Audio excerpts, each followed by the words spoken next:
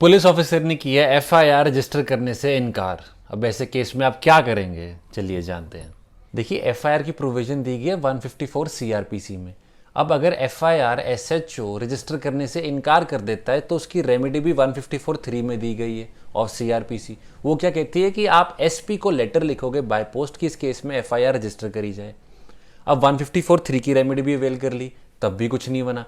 अब section 36 CrPC की remedy बचती है। उसमें भी आप एक सुपीरियर ऑफिसर, जरूरी नहीं एसपी को ही लिखो, किसी भी सुपीरियर ऑफिसर को लिख सकते हो कि एसएचओ को डायरेक्ट किया जाए कि इस केस में एफआईआर रजिस्टर करवाई जाए। अब सेक्शन 36 सीआरपीसी की रेमेडी भी अवेल कर ली, तब भी कुछ नहीं हुआ। अब 156(3) की रेमेडी बचती है, जहां पे जुडिशियल मैजिस्ट्रेट डायरेक्ट करेगा एसएचओ को रजिस्टर एन एफआईआर। 156(3) भी कर ली, फिर भी कुछ नहीं बना। अंत में सेक्शन 200 सीआरपीसी में प्राइवेट कंप्लेंट डल सकती है। अब आपने प्राइवेट कंप्लेंट तो डाल दी, बट केस ऐसा है, कॉग्निजेबल ऑफेंस है, जिसमें पुलिस की इन्वेस्टिगेशन बहुत जरूरी है।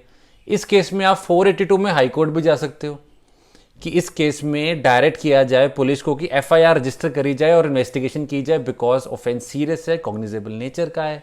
तो एसएचओ ने एफआईआर रजिस्टर करने से रिफ्यूज करा। First remedy 154(3), second remedy section 36 CrPC, third remedy section 156(3) of CrPC, fourth remedy private complaint under section 200 and lastly 482 of CrPC, जो कि हाईकोर्ट की इनहेरेंट पावर्स की बात करता है।